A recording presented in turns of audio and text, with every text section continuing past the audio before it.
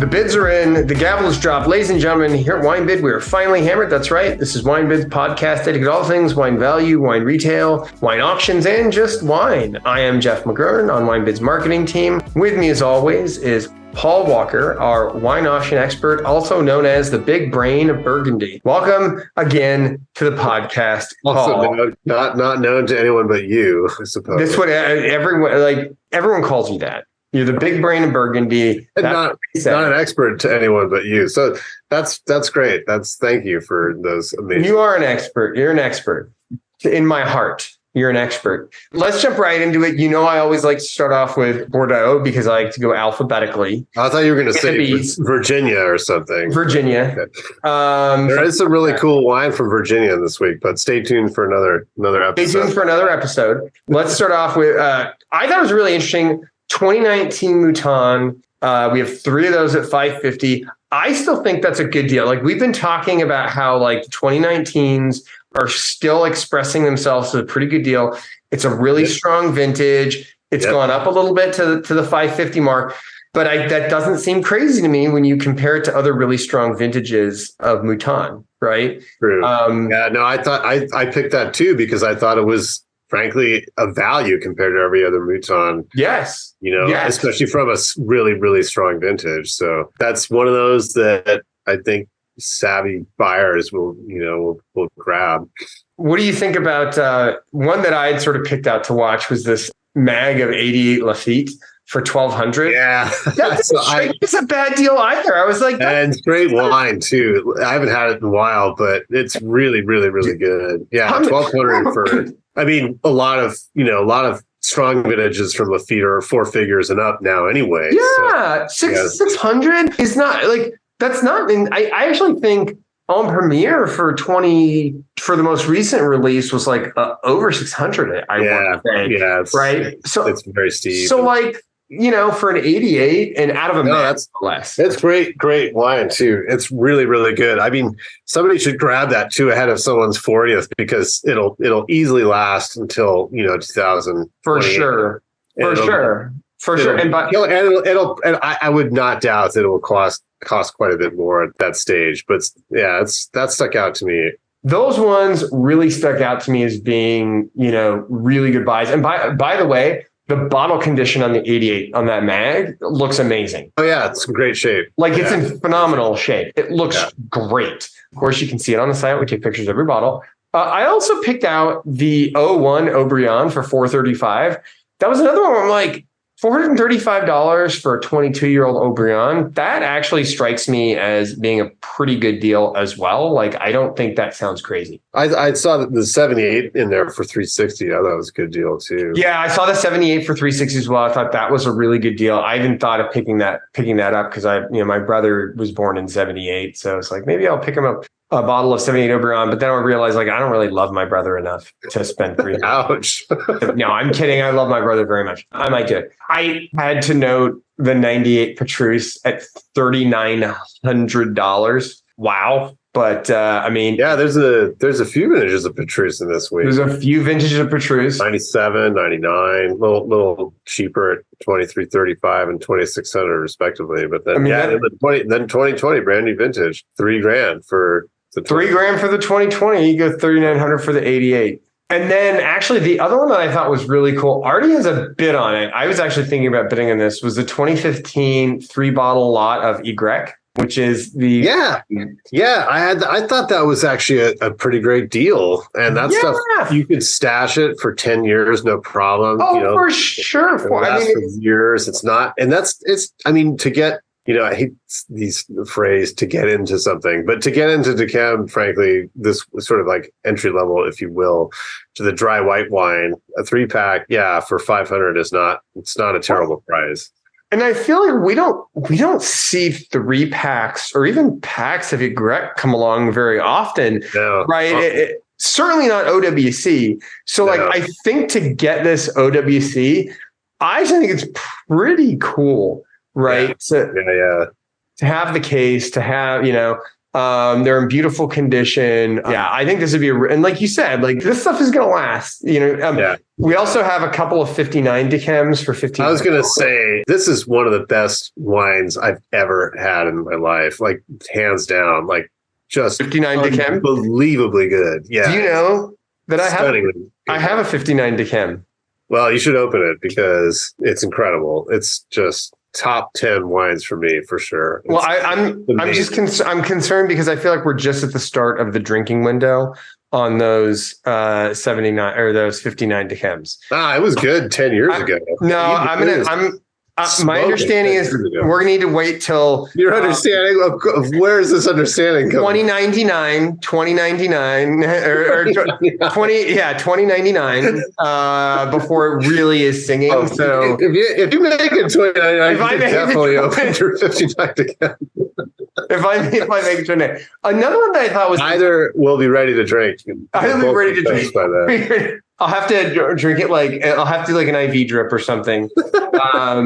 Definitely through a straw. You're frozen. You inject it in your frozen, cryogenically frozen corpse. 88. This 88 La Maison Aubryon for $275. Yeah, no, I mean these are deals. You're finding all the deals. It's funny because that's another one I flagged because 88 is again killer wines, killer vintage, and it was $275. And then we have the 05. And I think for $530. So it's like half the price of the 05. Right. And what's the other? Yeah. 05, 530. Yeah. No, the thing is with like some of these legacy Bordeaux wines, at least this is one of my theories. It's probably complete nonsense, but they were kind of cursed with, like a Parker score from years ago that was never great.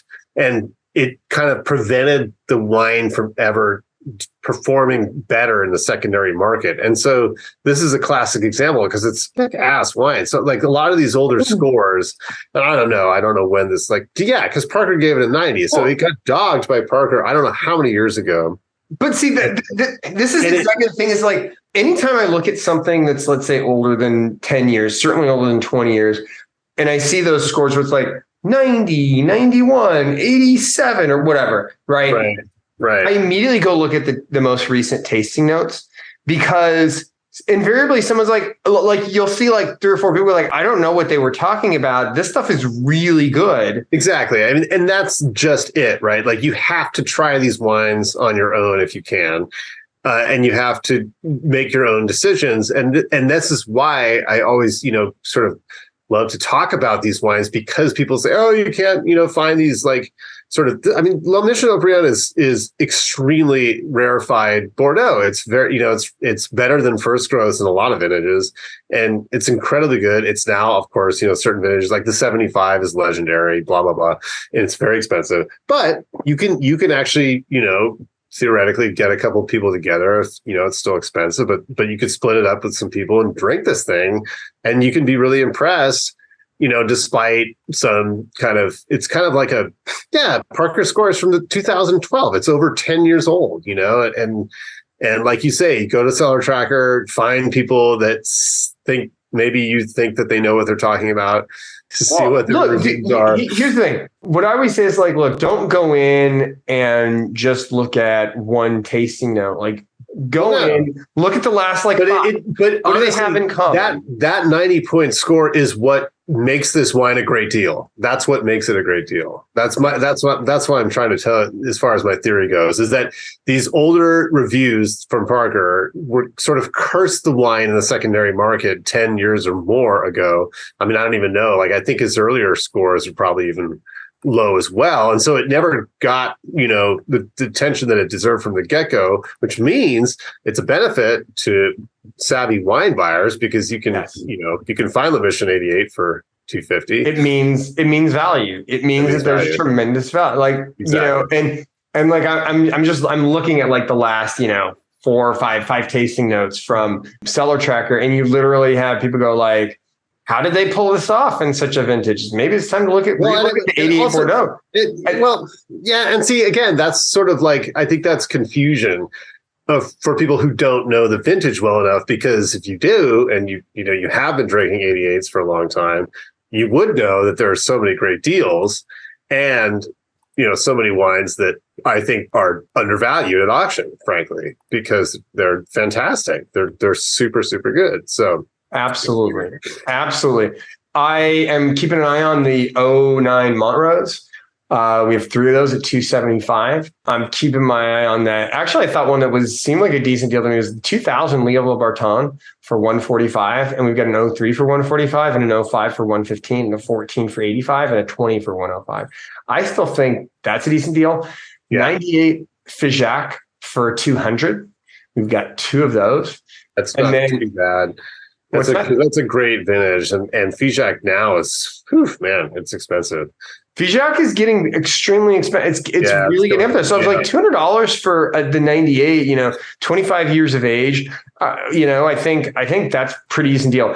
'98 Vieux Chateau Sauternes for $270. There's a few of them in right now. Yeah, I like VCC. I mean, I think the VCC stuff. I think that stuff is great.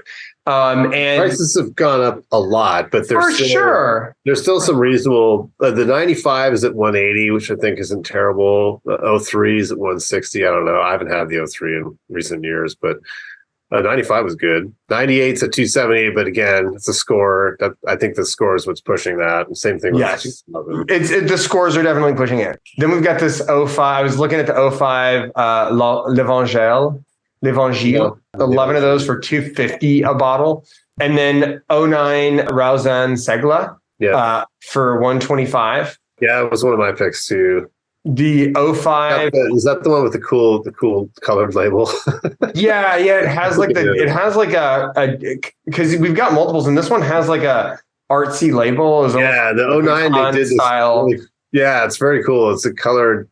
It's very interesting. I don't know how they made it, but it's very different from the standard label. Very different. 05 Pavi, is it Maswin? Macan.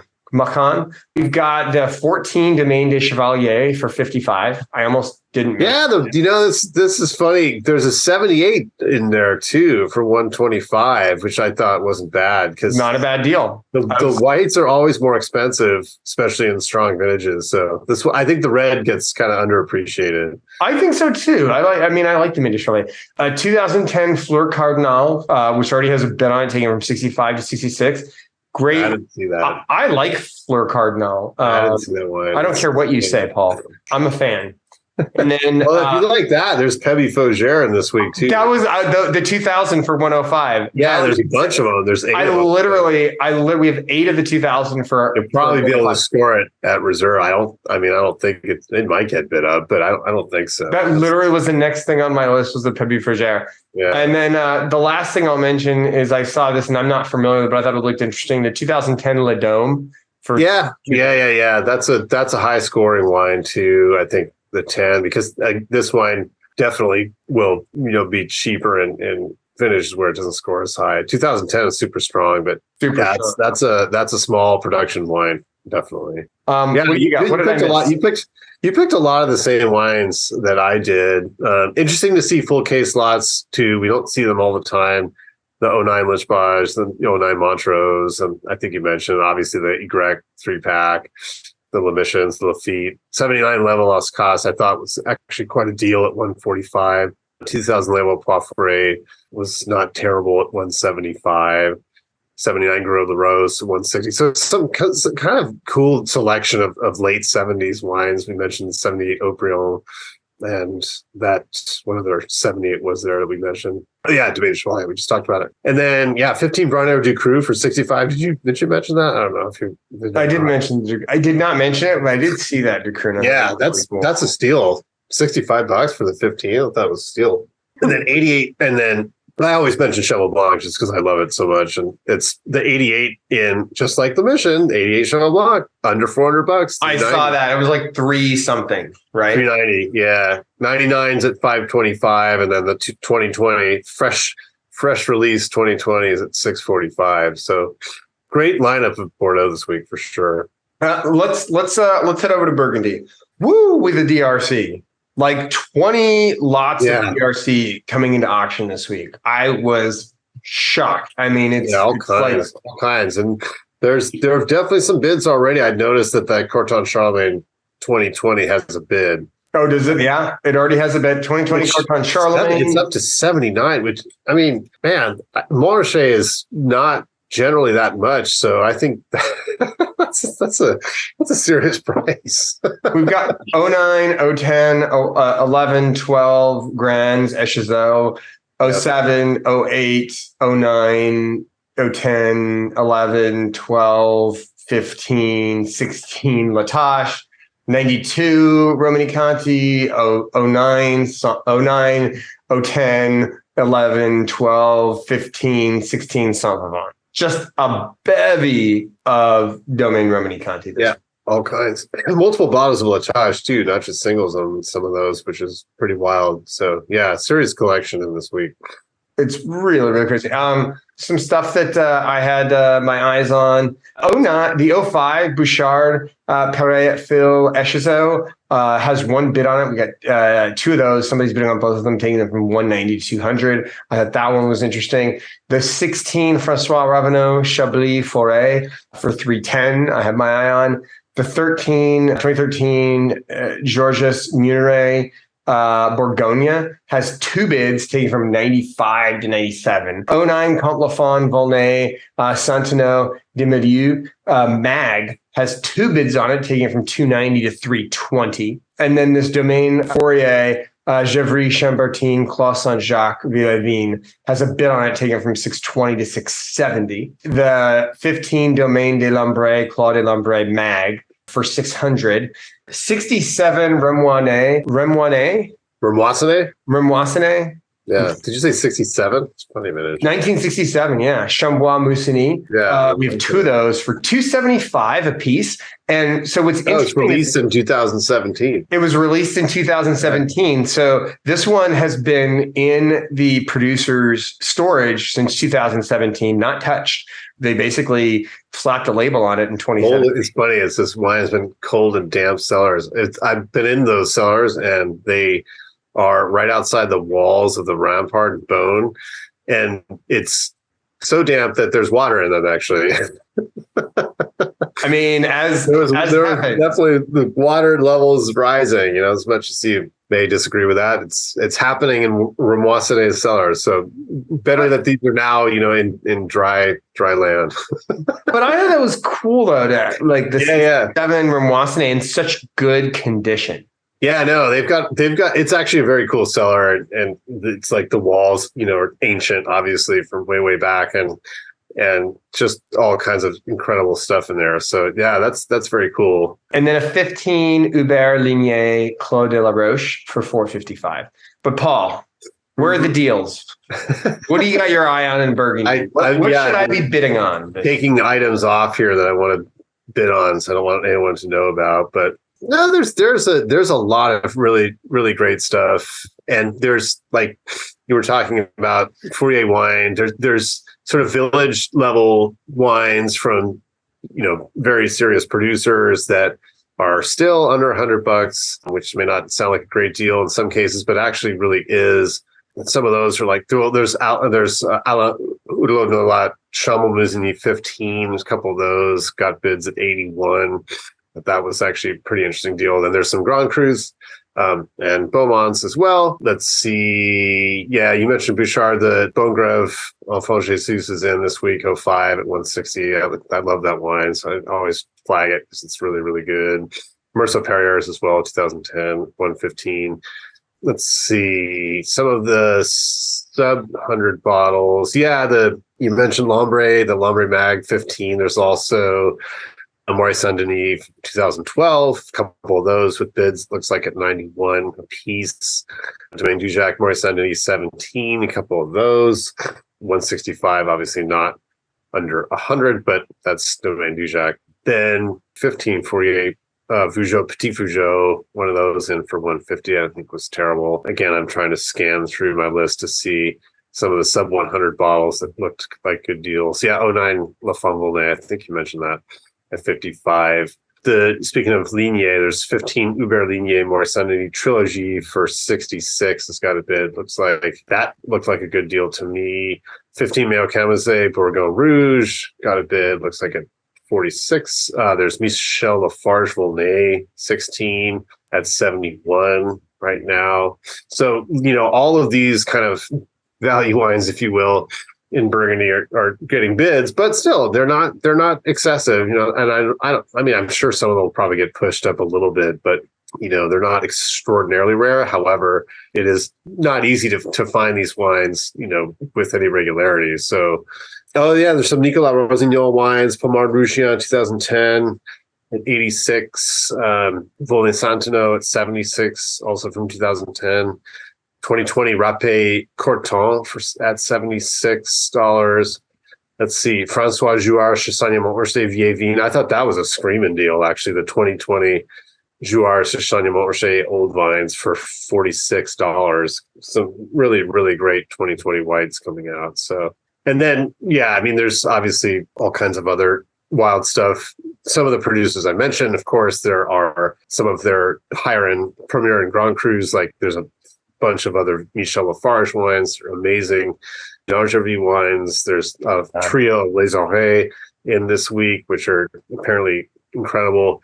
Never tasted those yet, but Meunier, there's a couple of Meunier, Claude Maréchal, and there's some couple of Domaine Leflevre wines in this week, Clairvoyant and Combats, some Dovisat. Quite a nice little handful of Meunier wines.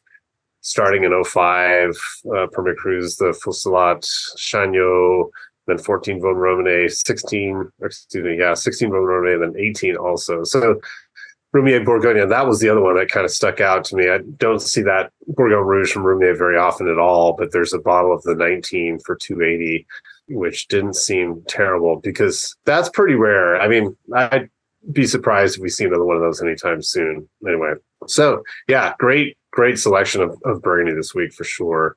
Let's take a quick jaunt around the rest of France before we wrap up here. Champagne.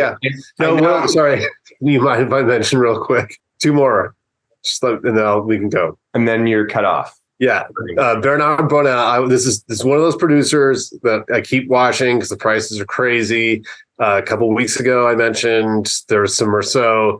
This week, there's Bourgogne Blanc Initial, and then there's a BB. I'm not sure if that just stands for Bernard Bonat or Bourgogne Blanc. I'm not sure if it's a joke or something. But anyway, there's a couple of those in at it looks like bids on one at 220, and there's another one in at 200. And then there's some Berthaud Gerbet wine, Von Romanet Petit Mont, 17 and 16. So super, super limited items there. So I wanted to bring those up. Glad you did. All right, let's talk champagne. The one that I know I know you're going to mention this, and I'm going to steal your thunder. You love these types of wines, but I think I actually know what you're going to mention, and I had a few of these. The 08 Moet Lenny Kravitz. Yes, this wine is Kravitz amazing himself. And I bought it. I bought this stuff for about 100. I think it was like 130. Now it's 350. Yeah, isn't that incredible? I mean, it's just blown up. The stuff has just exploded. It's crazy. It's fantastic. I know Lenny Kravitz was so good at making champagne. Like, he really actually was there. I don't know if he was doing anything as far. No, doesn't he turns the bottles? Yeah, there's something on the website. He shows up like once a week. He flies to Champagne. He flies to Rums, and then he just he turns the bottle, and then he goes home. Anyway, no longer the deal that was a couple of years ago. It's probably no longer the deal was 4 or 5 years ago. One that I thought was interesting was this. This is sort of a well-known producer, but I think they make some great wine. 2012 Roederer Brut Nature Cuvée Stark Blanc. Already has a bid on it. Take it from 85. Are they trying to break into the sort of hipster grower mentality by zero and everything else? That's pretty exactly. We've got this zero dosage or something. If it's Brut Nature, it probably is. Probably zero dosage on it. Oh, it's the Philippe Stark bottling too. Yeah. So Philippe Stark is he's the designer, right? Yeah. But that's pretty cool. Philippe Stark. It's interesting. It was interesting. I just thought I'd mention that. It's got some action on it, and it's different. I do like I actually think Roederer Brut Premier is good, and especially for the price that you pay for it, right? We've got this multi-vintage Ulysses Colline Extra Brut Blanc de Noir La Melon. One bid has taken it from 265 to 275. And then we've got the 15. There's rosé in too for 340. But yeah, there's the rosé for 340 as well. We've got the 2015 Benoit Deu Cuvée La Rue des Noyers. I know I butchered that. That's a tough one. That's a really tough. Deu Cuvée La Rue des Noyers. Yeah, that's a steal. $70. $70, right? I don't know these wines. I know the name, but I don't know these wines. What about this 08 Drapier Grand Cendrillon? I saw that actually. Has a bid on it, 95 to 96. And then the only other one I was looking at was, and I have not tried this one. I don't know the producer, the 08 Guy Larmandier. Yeah, the Guy Larmandier wines are very good. $75, right? Yeah, no, smattering of killer 08 wines, which is like definitely my favorite vintage in recent years. But 08, 02, killer vintages. Like 08 was so good. Well, 02s are becoming expensive because obviously they've been in the market now for a while. But I mean, that Dom Perignon 08 is really, really, really good. But it was, I have to say, it was a lot better at $175. I bet. No joke. We're gonna go to the Rhone really quickly. Hold on a second. There's a couple more. You didn't mention there's Cédric Bouchard in this week. I always like to mention those because they're always on fire. I know you do. Why don't we just like have a clip that we can repeat? We'll just record you being like, there's Cédric Bouchard in this week. We just add it to the end of every podcast. Because then we wouldn't be able to have this amazing banter that we have back and forth that wastes a whole bunch of time. That's true. It is. Thibaut Valois. Hold on. I'll be done in a second. There's Jacques Celeste Côte-Ferrand in this week. There's Philippe Penat Extra Brut. I don't even know why I mentioned that because I just love that stuff. But there's Tanger Comte de Champagne, both the Blanc de Blanc and the Rosé. 06 Rosé is 200. 07 Blanc de Blanc is 185. And the 06 is 190. Yeah, you mentioned Ulysse Collin. The other deals, I think, that are getting gradually pushed into the 100 and up realm are the Villemar wines. There's Grand Cellier multi-vintage at 70. There's 12 Grand Cellier at 95 and 96. There's Cœur de Cuvée 125 for the 09. 13 Cœur de Cuvée for 110. So yeah, lots of great stuff this week. Champagne. Rhone, you were going to talk about Rhone wines? Yeah, let me guess. Domaine Templier 2010. You're going to bring that one up, right? No. Allemand Cornas. You're going to talk about all those. The bunch of Chaillot. There's a bunch of Reynard. Let me just take care of it for you. No. I mean, I did. John Ortiz. I did pick out the Allemand Cornas. I picked out. I went to get a ton of Vino Telegraph in this week. A whole ton of it. Well, that's one of the ones I picked out. I picked out the 88 Boucassel for 120. I forgot. You always mention Boucassel. I love Boucassel. 05 Claude. You always call it Boucassel, which I think is funny. 05 Claude Pap Mag for it's a 270 now. It started at 260. Already has a bid on it. Is it sort of did you say 05? Yeah. A Mag. Okay, it's not one of the designated wines. Okay. And then I did pick out the 16 Vue Telegraph for $75. I mean, strong year in Châteauneuf-du-Pape. And the 2000 mag is only 130, and there's a couple of them. I thought that was a screaming deal. Yeah, there's some great deals on some really good stuff. And you're right. I picked out the Allemand Cornas and the Auguste Clat Cornas for 165. But I just know there's some. I mean, I wouldn't say there's a ton of Rhone wine in this week. There's a decent amount, but there's some really interesting deals, especially on the Vue Telegraph stuff, which I think is great. I don't think these prices are crazy. I mean, look, $260 for a mag of 05 Claude Pap I think that's a phenomenal deal. You're paying $130 a 750 for something that's got that. I think that wine, it got a little bit pushed up because of speculators and like high scores and other things.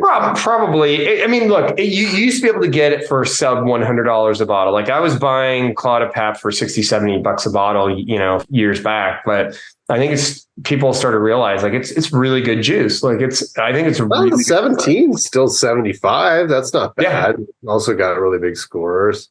2020 is at 90. I don't know if 2020 is any good, but that's it's not bad. It's only one way to find out, Paul. The 05, I think, is a little spendy because of Spectator's number one wine.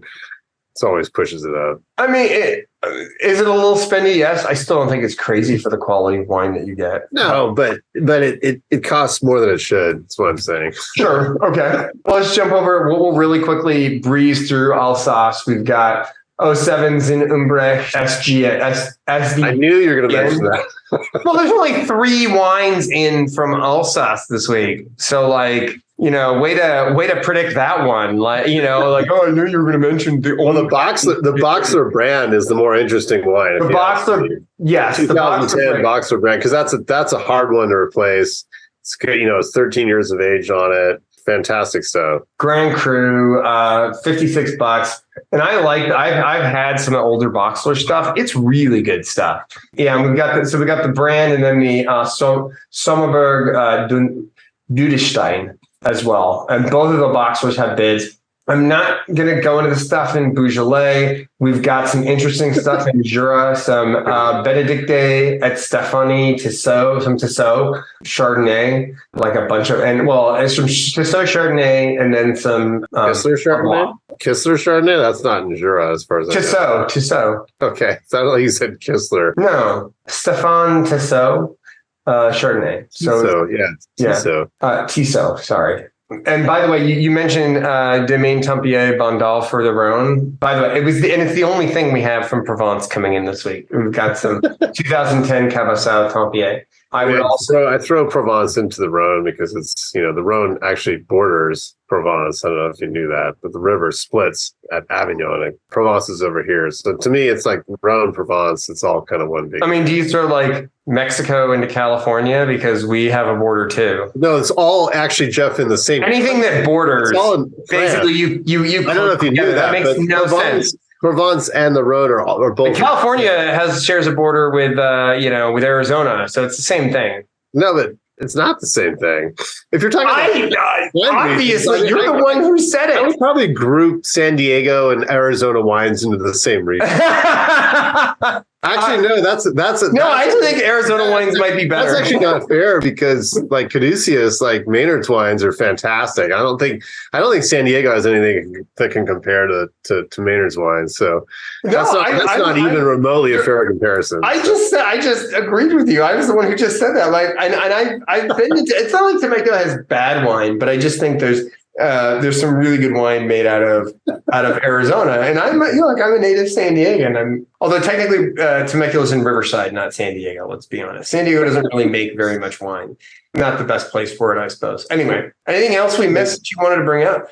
I think that was about it. There were some Clos Rougeard wines in. We did. There were some. Yeah, some. And there's Alphonse Mello Sancerre Romain caught my eye in 2020 for 45. It's really, really good stuff. And then there's some older Chinon, which was interesting. Some 96 Coulis Dutay Chinon Clos de l'Olive, which that's 65. So that's a rare one. I don't remember seeing that anytime recently. So those stuck out to me for sure. But I think that was about it for France this week for me. All right. With WineBid's finally hammered, this has been Jeff McGurn and Paul Walker wishing you happy bidding and cheers. Cheers.